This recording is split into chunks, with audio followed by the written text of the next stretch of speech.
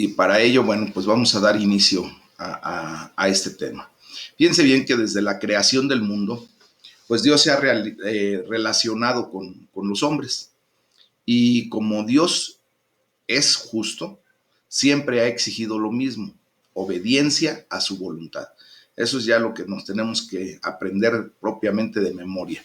La obediencia a su voluntad va a ser lo mejor que nosotros como seres humanos podamos vivir.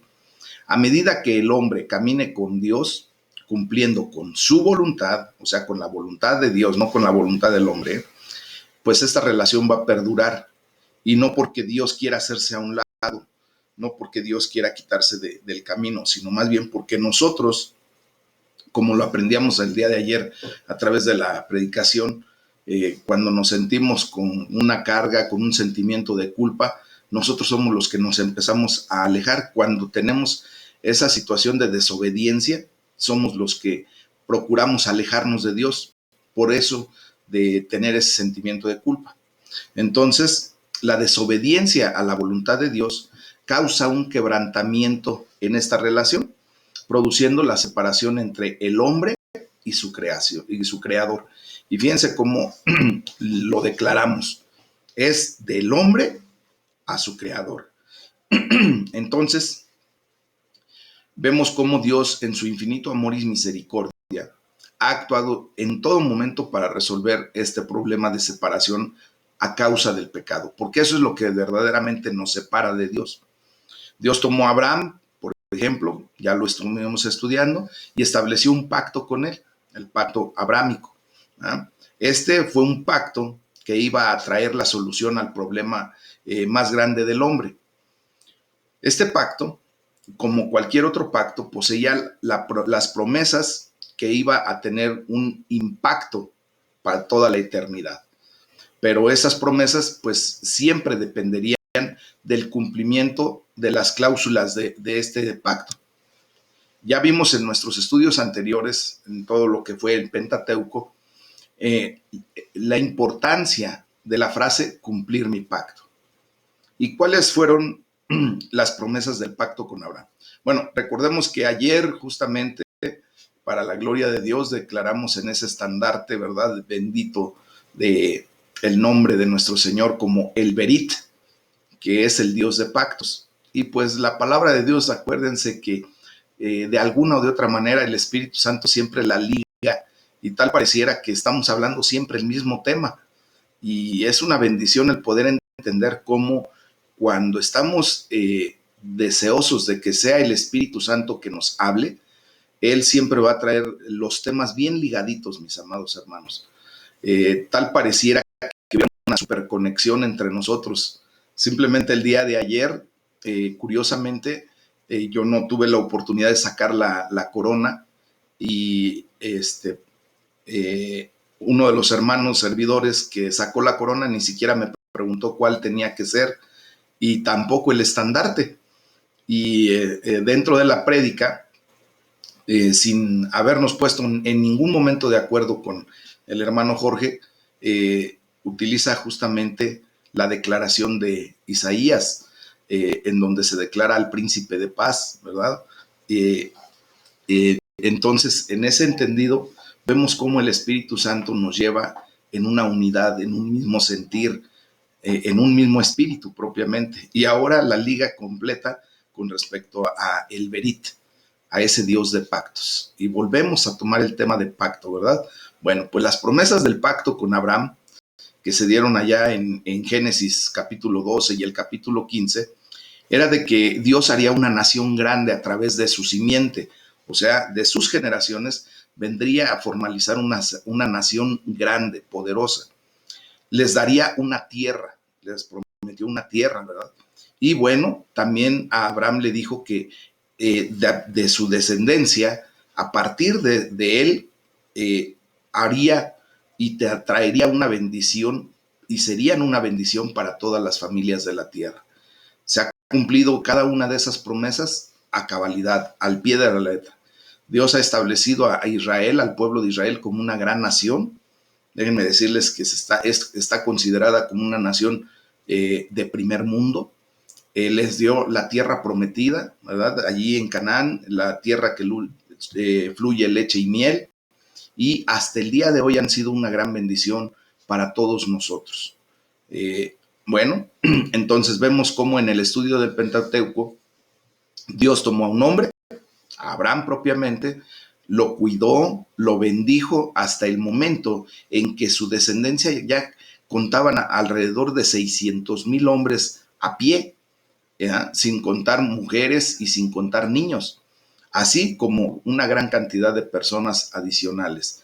Bueno, esta gente salió de la servidumbre de Egipto por mano de Moisés ya después. Bueno, de esa manera Dios cumplió su primera promesa. A esta familia Dios la tomó, formó su pueblo, estableció su pacto con ellos y los santificó. Como les digo, tomó a Moisés, que ha sido llamado por la palabra de Dios el varón de Dios, y por medio de él les dio leyes por las cuales el pueblo podía mantener su santidad. A través de este hombre, de Moisés, Jehová recalcó sus promesas y demostró en muchas oportunidades cuánto amaba al pueblo de Israel. Pero como tantas veces que Dios demostró su fidelidad al pueblo y a su pacto, pues desgraciadamente, como hemos visto, el pueblo demostró su propia infidelidad, causa por la cual tuvieron que perecer en el viaje, ¿verdad? Toda esa primera generación que salió desde Egipto, y tuvieron que permanecer como pueblo, nómadas, peregrinos, sin un lugar fijo durante 40 años, hasta que Dios les da nuevamente la oportunidad de pasar y entrar a la tierra prometida. Bueno, cumplidos los 40 años, ese fue el tiempo que estableció Dios mismo, fue el tiempo que, además de ser un castigo, ¿verdad?, sirvió para enseñar al pueblo a confiar plenamente en su Creador. Y fíjense lo que son las cosas. Quienes han seguido día a día la última serie de devocional que he estado mandando en las mañanas, acerca de, que se llama Atrévete a pedir, hemos estado estudiando o leyendo acerca de cómo Dios nos pasa por desierto, cómo Dios nos tiene que quebrantar, cómo Dios tiene que irnos moldeando de una manera excepcional, como para nosotros, ¿verdad? Atrevernos a pedir hasta lo que humanamente no quisiéramos pasar, porque yo creo que a nadie nos gusta voluntariamente vivir una experiencia de desierto, de necesidad, de escasez, pero quiero decirles, mis amados hermanos, que esto es lo único que verdaderamente a nosotros como seres humanos nos lleva a confiar plenamente en nuestro Creador, porque vemos la mano misericordiosa del Señor en todo momento, mis amados, porque vemos su grandeza, vemos su fidelidad, vemos su poderío, vemos su autoridad, vemos realmente quién es ese Dios que está con nosotros y por nosotros, que no nos dejará, que no nos desamparará. Y es bien curioso lo que nos sucede, pero siempre nos sucede para bien. Aun cuando haya dolor inicial, aun cuando no podamos soportar de repente, pensemos que decaemos, pensemos que ya no nos dan fuerzas para seguir adelante, pero Dios nos renueva nuestras fuerzas, nos mantiene hasta este momento, sigue levantando nuestra cabeza, adereza mesa aún delante de nuestros angustiadores, rebosa nuestra copa.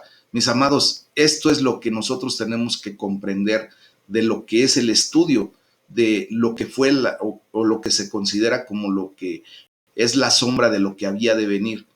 Esto que vivimos humanamente, aún en nuestras necesidades, escaseces, angustias, temores, todo lo que podamos vivir aquí, simplemente es la sombra de lo que ha de venir y de lo que verdaderamente hemos de disfrutar por la eternidad. Si aquí estamos disfrutando ya de las bendiciones de Dios, de su cuidado, de su cobijo, de su provisión, de su protección, imagínense ustedes que esto nada más es una pequeña probadita de lo que Dios va a darnos en la eternidad. Esto debería de ser lo que muchos grandes hombres de la palabra pudieron expresar y vivir. Para mí, vivir es Cristo y morir es ganancia. El día que lleguemos a esa presencia, todo esto se nos va a hacer como nada. Amén. Bueno, vemos cómo ya hasta donde hemos estudiado en la palabra de Dios, o sea, terminando el Pentateuco, ahí en el quinto libro, en Deberit, que es Deuteronomio, pues ahora ya el pueblo judío se encuentra en las llanuras de Moab. Ya está frente al río,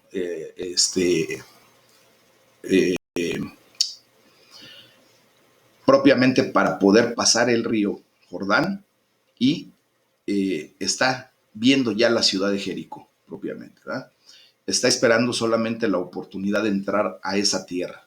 Y ya la consideran su tierra, porque Dios así lo dijo, y recibir su herencia. El pueblo, pues ahora será guiado por Josué, uno de los únicos dos que quedaban de los 600,000 hombres de guerra que salieron de Egipto. Uno y Caleb el otro. Los dos únicos que pudieron entrar de la primera generación. En esta sección del estudio del Antiguo Testamento, pues vamos a cubrir una época de la historia del pueblo de Israel que se puede denominar como el Reino Unido. Y así le vamos a llamar a esta serie. Esta calificación pues hace énfasis en el hecho de que la intención de Dios es que su pueblo sea uno, como Él es uno.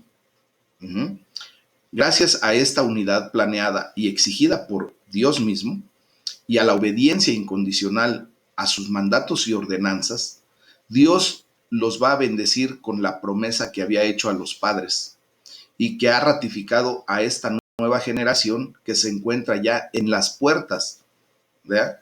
A las puertas de recibir la promesa de Dios. Y hasta este momento, pues el pueblo de Israel, el pueblo mismo de Jehová, ha sido un pueblo de peregrinos, de extranjeros en otra tierra. ¿Qué te hace comprender esta declaración que acabo de hacer? Pues efectivamente, tú y yo somos extranjeros, somos peregrinos en esta tierra. ¿Ah? Pero esto pronto cambiará. Un día va a tener que terminar esto y llegaremos a ese lugar, ¿verdad? A donde el Señor nos ha puesto como herederos, como coherederos con Cristo Jesús. Llegaremos a nuestra nacionalidad, a nuestra nación propiamente, que es el reino de los cielos. Bueno, para los judíos, Dios les bendecirá con la tierra prometida, esa tierra que fluye leche y miel, y ellos ahora estarán por fin en casa. Bueno, para nosotros, ¿verdad? Que esto va de cambiar ya en algún momento, cuando Dios nos llame a su presencia. Dios nos va a bendecir con la nueva Jerusalén, con la nueva tierra prometida, y un día tú y yo por fin estaremos en casa con papá. Amén. Bueno, pues este es el punto medular de lo que vamos a estar estudiando, mis amados hermanos. Y para ello, pues vamos a empezar ya con el libro de Josué propiamente. Y vamos a hacer un pequeño preámbulo, una pequeña introducción respecto al libro de Josué ya como tal. Cada libro vamos a estar haciendo una pequeña introducción, vamos a estar dando pues datos técnicos para efecto de ir comprendiendo, ¿verdad? Teniendo un contexto cada vez más amplio, y de esa manera pues comprender más ampliamente lo que es el libro. Dentro de lo que es el libro de Josué, hay una declaración muy poderosa y dice, y Jehová les dio reposo alrededor. Este es hagan de cuenta, el meollo central de lo que es el libro de Josué. Jehová les dio reposo alrededor. Bueno, ¿quién es el autor? Se declara ahí en Josué 8:32 y el capítulo 24-26 que propiamente el autor de este libro es Josué mismo. Este se ha denominado como el libro de la ley de Dios, y por esta razón algunos eruditos pues agregan el libro de Josué a los otros 5 anteriores. ¿Se acuerdan cómo se llaman los 5 anteriores? Pentateuco. Bueno, pues si le agregamos uno más, algunos se han dado a la tarea de llamarle el Hexateuco.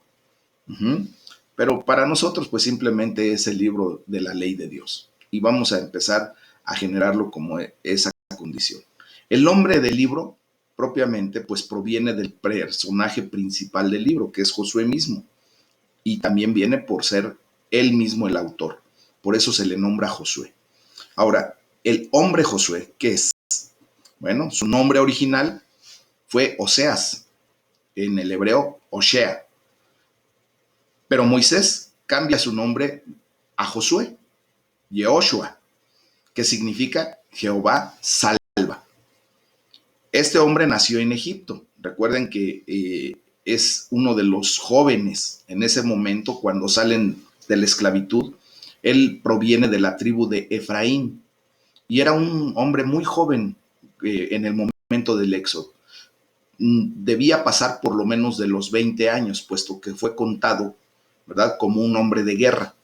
Y recuerden que ya estudiamos eso, los hombres de guerra tenían que por lo menos tener 20 años, de 20 años en adelante. Bueno, pues él fue contado como un hombre de guerra, era de la tribu de Efraín y había nacido en Egipto.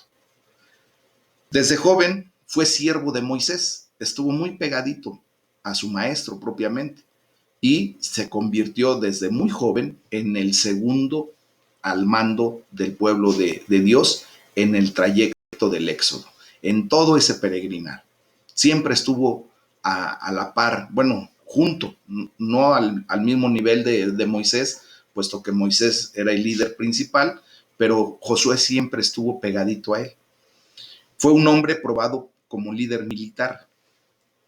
Ahí en Éxodo 17, de los versículos 8 al 13, se nos da claramente esa enseñanza de cómo fue probado militarmente y resultó ser un excelente líder. De cada una de estas observaciones que estoy haciendo, cuando yo les pase el script, la información por escrito, allí vienen todas las referencias bíblicas para que lo puedan ustedes corroborar. Josué también es reconocido como un discípulo espiritual de Moisés y demostró su fe junto con Caleb cuando contraatacó a los espías, ¿verdad? A esos espías infieles que tuvieron miedo de entrar a la tierra prometida. ¿Se acuerdan que 10 vinieron a decir que se consideraban hasta como langostas delante de los pueblos que tenían que vencer? Bueno, Josué y Caleb dijeron, sí, o sea, sí, son muy grandes, pero pues nosotros no vamos con nuestra fuerza, ¿verdad? Nosotros los venceremos porque Dios está con nosotros.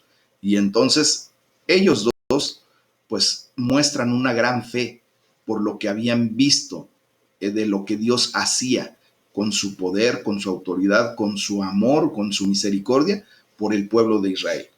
Y ellos vieron perfectamente bien cuando Dios los saca del pueblo de Egipto con mano poderosa, vieron y experimentaron el poder de Dios cuando el Señor abre el mar rojo, vieron y experimentaron el poder de Dios cuando Dios, ¿verdad?, aniquila propiamente al ejército de Egipto junto con su faraón. Vieron cómo el Señor los trajo por ese peregrinar, pero proveyendo maná, proveyendo agua, proveyendo codornices, proveyendo una sombra para la inclemencia del sol, proveyendo una columna de fuego para los fríos desérticos, y toda esa manifestación a Josué y a Caleb nunca se les olvidó. Y por eso cuando vino esa condición de ver una tierra de gigantes, una tierra que donde los habitantes sí podrían haberlos exterminado fácilmente, ellos dijeron, no, nosotros tenemos al Dios poderoso, al creador de los cielos y la tierra, al que va delante de nosotros. Y eso los llevó a convencer a todo un pueblo a entrar a la tierra prometida. Bueno, esta es una enseñanza que nosotros tenemos que vivir, mis amados. Tú y yo hasta este día, hasta este momento hemos visto el poder de Dios, hemos visto la grandeza de Dios en nuestras vidas. ¿Cuántas veces nos hemos sentido acorralados, ya, por la espalda, ¿verdad? Con un problema fuerte que nos vienen correteando, y por el otro lado una pared increíble que para nuestra vista, para nuestra condición, podríamos decir: ¿cuándo me voy a saltar o cuándo voy a derribar ese muro?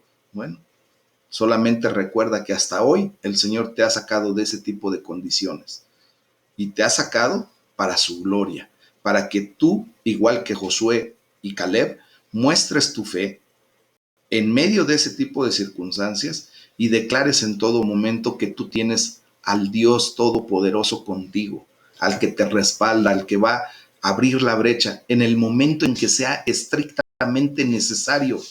Recordemos que Dios es increíblemente puntual.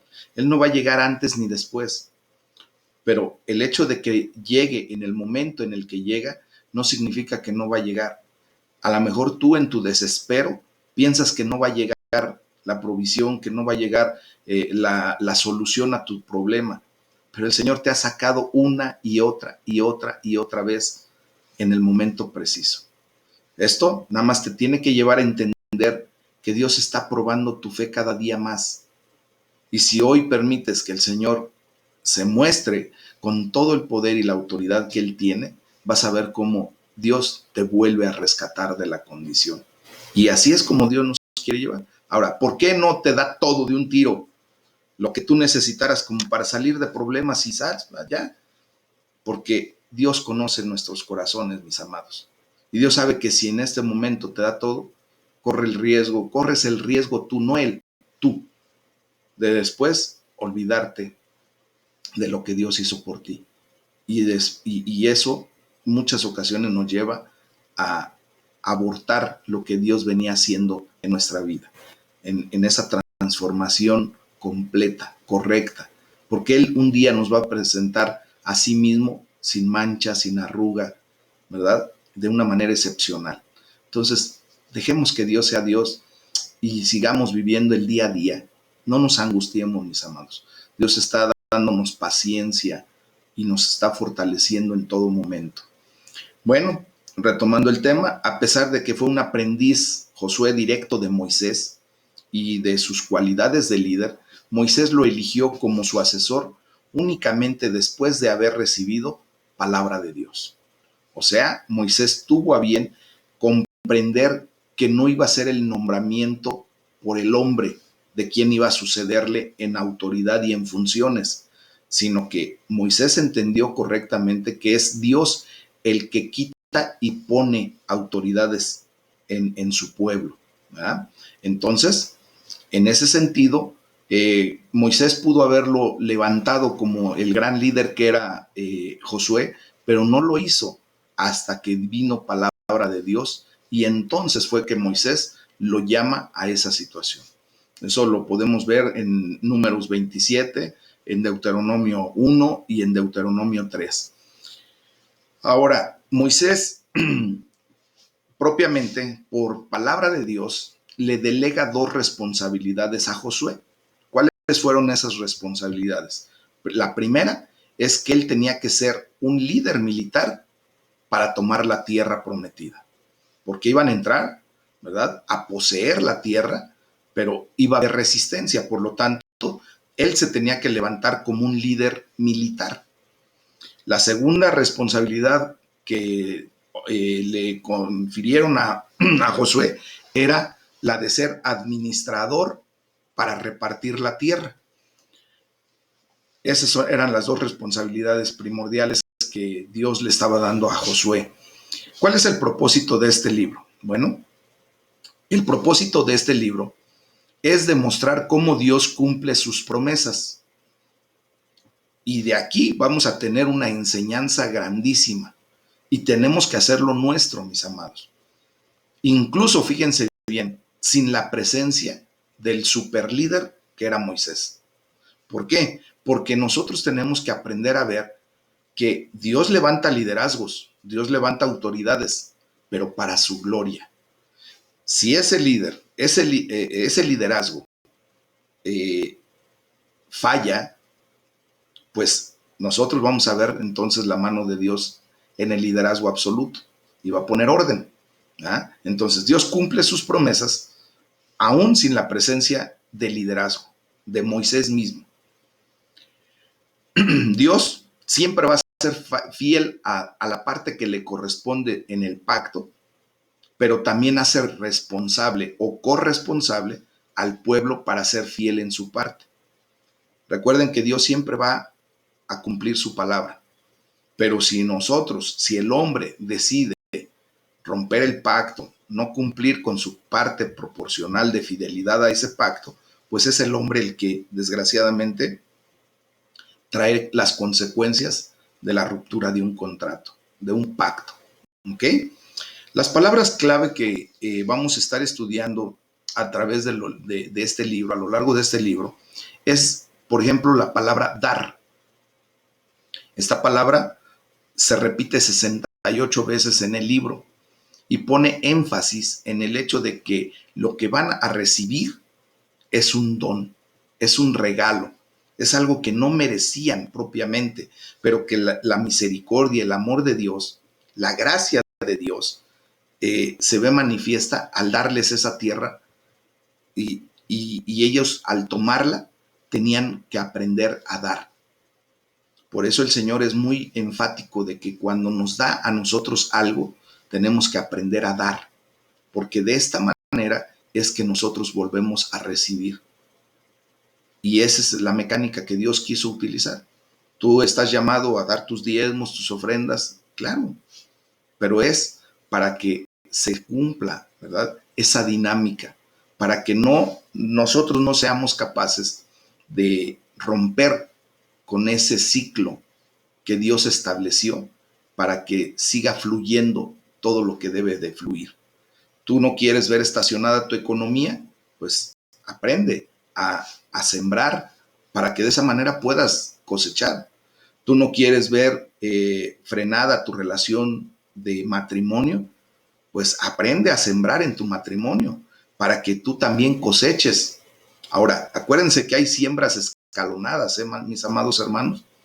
Tenemos que aprender a sembrar un día y el siguiente y el siguiente y el siguiente y así sucesivamente. ¿Para qué? Para que cuando tengamos que cosechar, pues tengamos un día y el siguiente y el siguiente y el siguiente cosecha. Porque de otra manera, ¿verdad? Muchas veces queremos invertir en nuestro matrimonio una vez cada 3 o cada 5 meses y queremos cosechar diario de esa relación afecto, amor, fidelidad, orden, no sé, todo lo que queremos cosechar. Pero si tú siembras cada 5 o 6 meses una palabra de amor, no sé, algo que debes de sembrar en tu relación de matrimonio, pues espérate a cosechar dentro de medio año después. Acuérdense que cuando nosotros sembramos, tenemos que esperar los tiempos de crecimiento, de floración, de que se forme el fruto y que madure el fruto. Entonces aprendamos a empezar a sembrar desde hoy, día a día, en todas nuestras relaciones, en toda nuestra situación, en nuestra economía, en la administración de nuestro tiempo, en la declaración de la palabra de Dios, para que estemos cosechando constantemente. Apenas tuve la experiencia de platicar con un hombre que, amigo de nuestra hermana Consuelo, que pudo traerla a Toluca cuando fue bautizada, y este hombre se dedica a la agricultura de una manera muy particular, y me enseñó exactamente eso. Estábamos comentando y me decía que él tenía la necesidad de hacer siembras escalonadas para que todo el año tuviera producción. Entonces aprendamos de ese tipo de manifestaciones, de enseñanzas, para que al nosotros recibir de parte de Dios la semilla, ¿cuál es la semilla que has recibido de parte de Dios? Tiempo, salud, vida, dinero, provisión, amor a tu pareja, a tus hijos. Todas esas son las semillas que Dios te ha dado. Ahora aprende a sembrar de esas semillas para que a su tiempo tengamos cosecha y disfrutemos de la cosecha, ¿ok? Bueno, la otra palabra clave es tierra. Esta palabra ocurre 80 veces. Este es el regalo que reciben de Dios. Después viene la palabra posesión, que se declara 11 veces, la palabra descanso, que se declara solamente 6 veces, pero indica el propósito del regalo de Dios, porque allí llegan a descansar propiamente, ¿verdad?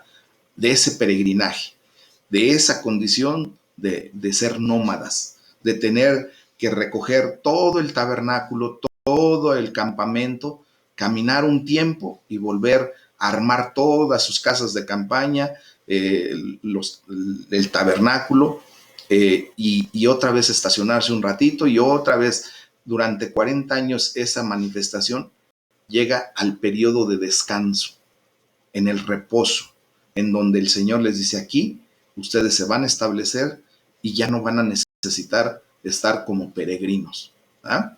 Y viene también la palabra herencia, y esta palabra se repite 47 veces en este libro. Y es lo que, pues, humanamente también nosotros necesitamos aprender a desear: la herencia de Jehová, lo que Dios ha dispuesto para nosotros. Después viene el tema principal. ¿Cuál es el tema principal de este libro? El tema principal es que Jehová dará la tierra como una posesión para el descanso del pueblo de Dios. La tierra será su herencia. Y también el subtema principal, pero no menos importante, es que si el pueblo de Dios es fiel a Jehová, entonces recibirán las promesas. Nosotros no podemos argumentar que Dios sea un Dios de alguna manera así como medio malvado, medio siniestro, medio manchado, de que si te va a dar algo, te lo da con una condicionante. Mucha gente, desgraciadamente, que no conoce el temor de Dios y ni siquiera el amor de Dios, piensa que porque Dios pone condiciones para dar las promesas, es un Dios condicionante y que te obliga a creer en Él y te obliga ¿cómo se llama? A obedecerlo, porque de otra manera no puedes alcanzar lo que Él promete. Bueno, quiero decirles que Dios lo establece de esa manera. ¿Por qué? Porque conoce el corazón del hombre. Conoce perfectamente bien que si Él no pone ciertos estatutos, ciertos preceptos para poder recibir sus promesas, nosotros simple y sencillamente seríamos todavía una humanidad más rebelde, más caída, más pues deteriorada de lo que estamos viendo en la actualidad. Hemos visto cómo a los hijos, cuando no les ponemos límites, perdón, se descarrían bien horriblemente. Y después quienes sufren somos nosotros, al ver a nuestros hijos por malos pasos, malos caminos. Y es porque no aprendimos a ponerles límites, por no aprender a decirle en una condicionante: bueno, si tú quieres esto, necesitas hacer esto. Bueno, Dios sabe el corazón del hombre, sabe que nosotros necesitamos límites para seguir adelante correctamente. Y por eso lo hace, no porque sea que te obligue a creer en Él o a obedecer sus mandamientos. Aquí entra otro factor que es el deseo, ¿verdad? De ceder nuestra voluntad a la voluntad de Él, porque entendemos que bajo nuestra propia voluntad, pues nosotros nos perdemos fácilmente, nos desviamos del camino, hacemos de las nuestras y al rato a sufrir puras consecuencias. Y el dolor, el sufrimiento es real. Y entonces, ¿qué dice Dios? Bueno, pues tú no tienes por qué pasar por penuria, por necesidad, por situaciones negativas. Simplemente ven a mi abrigo, ven a mi cobijo, ¿verdad? Y obedece lo que yo te estoy diciendo, entra a esos límites que yo estoy estableciendo y entonces recibirás todo lo que yo he prometido. Este es realmente el tema principal del libro de Josué. Por último, por el día de hoy, les voy a dar solamente lo que es lo que va a ser el bosquejo del libro de Josué. Primero vamos a ver cómo es la parte o la sección del libro, que es el libro de guerra. Desde el capítulo 1 hasta el capítulo 12, versículo 24, se nos muestra cómo este libro nos da la conquista de la tierra. Aquí se dan los preparativos para la guerra, cómo fue encomendada al pueblo de Israel a la guerra, cuál fue el encomendamiento de Jehová Dios hacia Josué y qué es lo que le encomendó Dios al pueblo de Israel. Después viene el reconocimiento de Jericó, que es la evidencia de la debilidad espiritual de los cananitas. Viene también el cruce milagroso del Jordán. Aquí se da la evidencia de la presencia de Dios y del liderazgo propiamente ya de Josué en activo. Recuerden que Moisés ya había muerto, ya lo habían llorado durante 30 días y ahora Josué era el que tenía que dirigir al pueblo. Después vienen las preparaciones espirituales, dentro de las cuales están las ceremonias en Gilgal y la revelación del príncipe del ejército de Jehová. Después vienen las campañas centrales, en donde se incluye la conquista propiamente de Jericó, la conquista del pueblo de Ajai, sin antes haber sufrido una derrota, ¿verdad? Porque no atendieron a la palabra de Dios. Después se nos narra el castigo de Acán por un pecado muy particular y cómo después de haber limpiado al pueblo del pecado de Acán, pues viene el éxito en la ciudad de Ahí, Ohai. Viene la ceremonia del pacto en Sequem, la alianza con Gabaón. Después viene la campaña del sur, la campaña del norte, y hay un resumen en el capítulo 12 propiamente de Josué. Después viene la segunda sección del libro como tal, que es el libro de la distribución, o sea, la repartición de la tierra. Todo esto viene desde el capítulo 13 hasta el capítulo 21. Primero está lo que es propiamente la tierra sin conquistar. Después, los territorios del Transjordán, o sea, después del Jordán, que fueron asignadas por Moisés. ¿Se acuerdan que ya en Deuteronomio estudiamos que a Moisés Dios le dio, ¿verdad?, la instrucción de cómo iba a ser repartida la tierra una vez que entraran a poseerla? Después vienen los territorios asignados a Judá y a José en Gilgal. Viene cómo se reparte la tierra a Judá en el capítulo 14 y capítulo 15 y cómo se reparte la tierra a José en el capítulo 16. Viene también los territorios asignados a las 7 tribus en Silo. Viene la asignación de las ciudades de refugio. Acuérdense que era muy importante para Dios que los israelitas tuvieran esas ciudades a donde podían escapar, entre comillas, las personas que por algún motivo, razón o circunstancia asesinaran a otra mientras esperaban el juicio. Eso ya lo estudiamos. También viene la asignación de las ciudades de los levitas. ¿Por qué? Porque acuérdense que ellos no heredaban territorio específicamente, sino que tenían nada más asignación en donde podían vivir, pero no les pertenecía como a las demás tribus. Ya después, en la tercera porción del libro, viene el epílogo. Y aquí se nos narra acerca de cómo se tenían que mantener los judíos en esa tierra prometida. El capítulo 22 al capítulo 24 así nos lo narra. Entonces viene cómo era la consagración y la salida de las tribus del Transjordán, pasando el Jordán, cómo se tenía que consagrar y cómo tenía que caminar la tribu para aquel lado. La consagración del resto del pueblo de Israel. Viene el discurso de despedida de Josué, ahí en el capítulo 23. Vuelve a declararse el pacto para hacer una renovación del pacto en el capítulo 24, del versículo 1 al 28, y se nos narra también la muerte y la sepultura de Josué en el capítulo 24, en los versículos del 29 al 31, y por último se nos dice acerca de la sepultura de José y Eleazar los últimos versículos del capítulo 24 del libro de Josué. Entonces, el día de mañana, pues ya vamos a empezar a trabajar respecto al libro de la guerra, el libro de guerra.